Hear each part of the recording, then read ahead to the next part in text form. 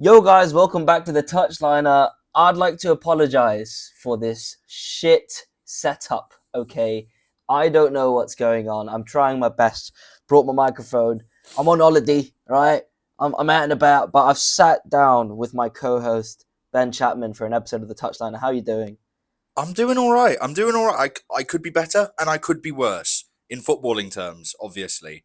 My football team is shit. What about yours? Yes, we are shit too, but I'm not surprised, nor am I pissed off. Oh, Surprisingly, I've seen a lot of pissed off United fans. I'll get into that in a bit. But we're going to kick off, as we do a lot of times on this channel, with Newcastle, man. Why is he fucking jesting it for? Newcastle 2, Chelsea 2. What are your thoughts? 2-0 up in the first half. What yeah. happened? Another lead lost. Most leads conceded in the league. I think that's 13 or 14 points dropped from leading positions this year. So loving that, loving life, obviously. I think the first half was exactly what we wanted to see, which was just like last season, 2 seasons ago. It was the high press, the fight, the quick turnovers, Gordon firing on the left. Where has that been the whole season? You know, finally he starts playing the way he should be. Voltemada linking up nicely. Honestly, a nice brace for him. Could have had three. Could have had a hat trick. We could have had 5 goals. Honestly, but our lack of threat in front of goals sometimes is still very apparent.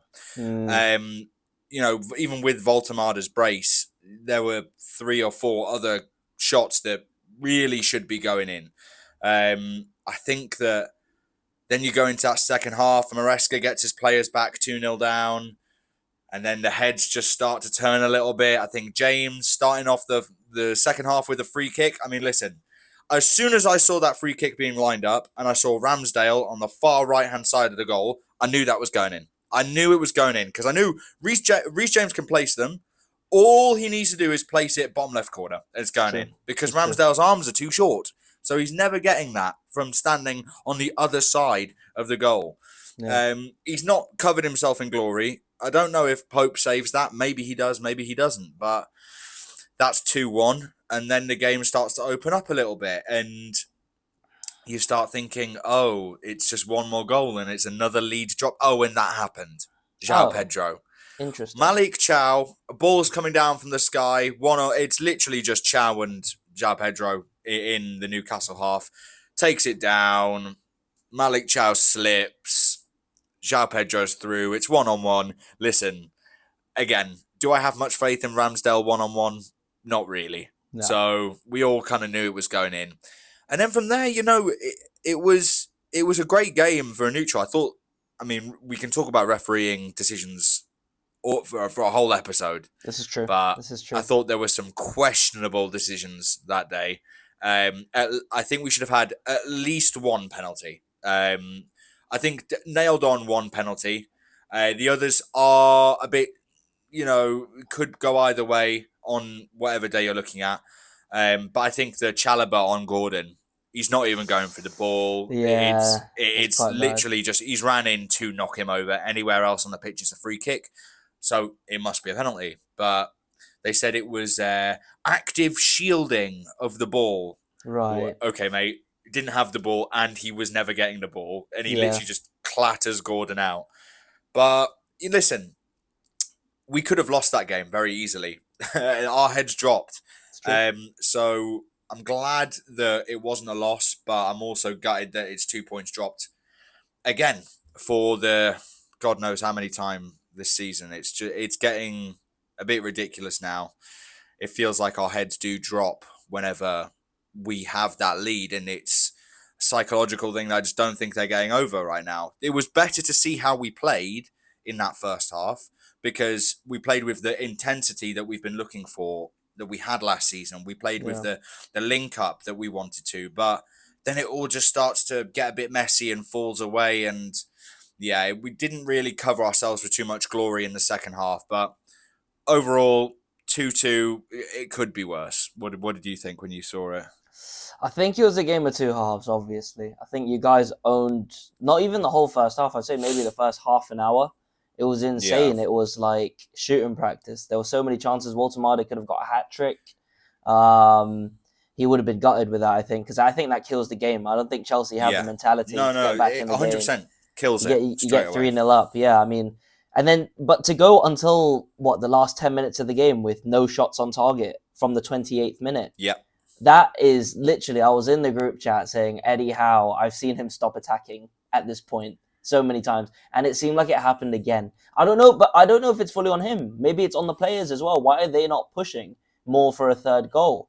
Yeah, Hmm. to not have a shot on target at St. James's Park, because when Newcastle are on top at St. James's Park, you're playing against 12 men.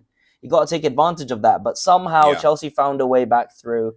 I'd also like to give a shout out to Garnacho. Uh, I counted. He ran the ball out of play once. He did skills over the ball and lost it another time. He skied it 3 times. I was there with my notepad taking notes. Now, he's a very good progressor of the ball, but I reckon if Chelsea started with a different winger on the left, maybe they could have won the game, but they didn't. So hold that. All you Hold that needed was draw. a player that can dribble and keep the ball. If you Yeah. had Gittins, who's a bit more dynamic, you Mm. probably would have had a better time against Lewis Miley, who, by the way, looked like the best right back in the world against Garnacho. Literally, he looked amazing against Yeah. Garnacho. I wish Lewis Miley could play Garnacho every week, but sadly, that's not the case. It's not the case. But you know what? I think there were some positives in there for Newcastle fans. You didn't lose. Yeah, you dropped points from a winning position. You'll be a bit gutted with that because I think getting a win over Chelsea would have been big for the season. But Hmm. you go into this Boxing Day match against these guys. With a point under your belt. So I Hmm. wouldn't be too disheartened, and I think we will probably do it in a proper preview for that a bit later in the podcast. Um, but yeah, I mean, are you pissed at how, or are you kind of settled, accepted the result? Listen, like how he brought on Barnes, Gordon, and Visser in the second half, right? So you Yeah, can't really be too like upset with his substitutions. He's gone for it. He's brought on a whole new front yeah, three.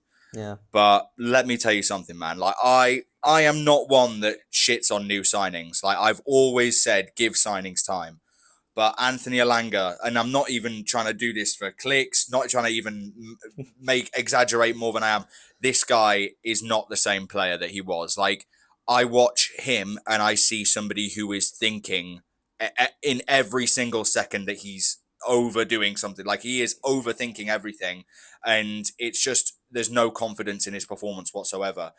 Again, another example of him shooting down the right wing where it's like a maybe like a 3-on-4, right? Oh, sorry, a 3-on-3, and he's got all the space in the world on the right hand side, and he's just R1 dribbling, R1 dribbling, R1 dribbling straight forward, and a player comes from behind him and tackles him, gets the ball back, and it's just like I watched this guy like drive from the right hand side of the halfway line through the middle, shielding a player off, shove him to the floor, shoot on his left foot, and score bottom right corner for Nottingham Forest. And I could never see him doing that in a Newcastle shirt. Yeah. It's like, what has happened to this guy? He's had the biggest confidence shock of his life. And I think Eddie Howe should really try and put as much attention into Elanga as possible because he needs some support. Like, because this guy has not hit the ground running at all. And the fans are listen, Newcastle fans don't boo their players too often. But there was a really audible annoyance from the crowd when he got the ball taken off of him in that situation where he's dribbling up the pitch and someone from behind him comes and gets the ball off of him.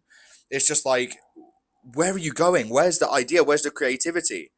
So going forward, I see where our issues are. I mean, we have players who are completely out of confidence. And Gordon coming through finally. We've been waiting for that Gordon all season, but it's a little too late at this part. You know, we're in December now, the end of December, pretty Yeah, much. it's So true. this is not where we should have been seeing these performances. And I just think like Ramsey. in the middle, looking good. I want Ramsey to play more. I want him to play with Bruno and Miley or Bruno and Tonali in the middle. I'm happy with that. But Alanga, like Jacob Murphy, is just stealing that right wing position every week with Crazy. mid performances. Jacob Murphy has not been playing very well in this season compared to his last season, and he is still outperforming our £55 million signing. Like it shows that this guy is really just lacking everything right now.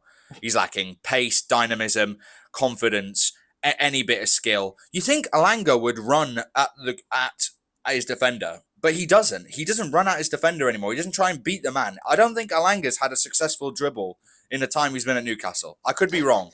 But if he's had a successful dribble in the Premier League that's not been a 1-2, let me know, because I've not seen it. And like, all this guy needs to do is hold the sprint button. That's all this guy needs to do, and he can't even do that without overthinking it and losing the ball. So that's my Anthony Elanga rant over. Yeah, you know, Shithead. he looks like a different player. It's another wasteful winger from Carrington that's been signed by Yeah. a big Premier League club. It's funny. It is funny, but you know, this is just what we do, apparently, at Man United.